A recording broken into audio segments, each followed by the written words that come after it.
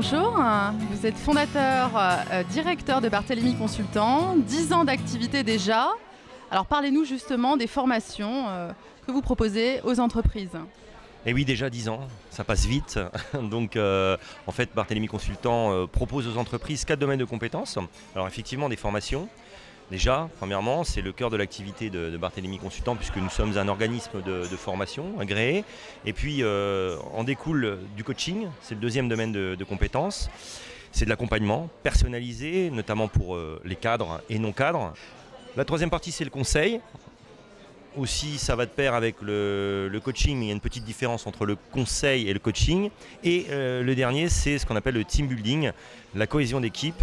Ce sont des séminaires que nous proposons un petit peu partout en France et en Europe. Et puis un autre pendant aussi qui est chez Barthélemy Consultant, qui me tient beaucoup à cœur, c'est aussi toute la partie relations clients. Où là, on va avoir des formations plus commerciales, mais aussi des formations liées à l'accueil, au téléphone, à la gestion des clients difficiles. Très bien, alors justement, parlons de vos clients. Je crois savoir que vous travaillez pour de grands noms. Citez-moi quelques références un petit peu connues.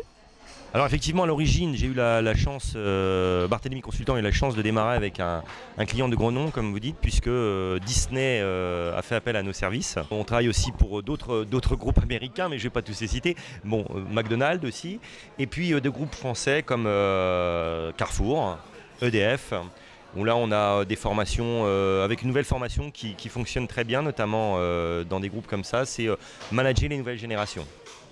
Alors Didier, vous travaillez notamment sur le plan local, bien sûr, pour des grosses maisons de champagne.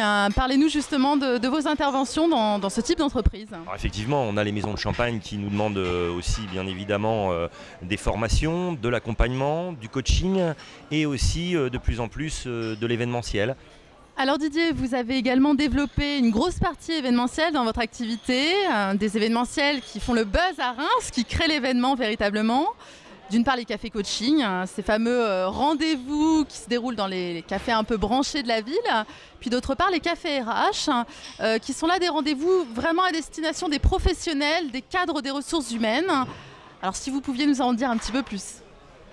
Alors effectivement, Reims est un endroit qui a été à l'origine des cafés coaching, puisqu'on développe ce type d'événement, notamment dans des endroits comme ici, l'Apostrophe. Ça se fait très très bien, puisque ça reste des endroits très lounge, très branchés dans la ville. Alors les thèmes que l'on développe dans les cafés coaching, en fait, c'est ouvert à tout le monde. Et c'est plus axé sur les particuliers, notamment qui n'ont pas l'occasion d'aller en entreprise à différentes formations ou différentes interventions. Les gens viennent prendre un café ou bien autre chose et en fait participer au coaching. Alors les thèmes qui reviennent très souvent, eh bien, on va avoir la gestion du stress, la gestion du temps aussi, arrive énormément. Donc nous donnons des conseils. Je fais venir des coachs de 4 coins de la France qui sont des spécialistes et qui finalement donnent tous ces conseils, mais ce coaching qui va un peu plus loin que le conseil. C'est-à-dire qu'on va s'adapter en fonction des différentes personnalités.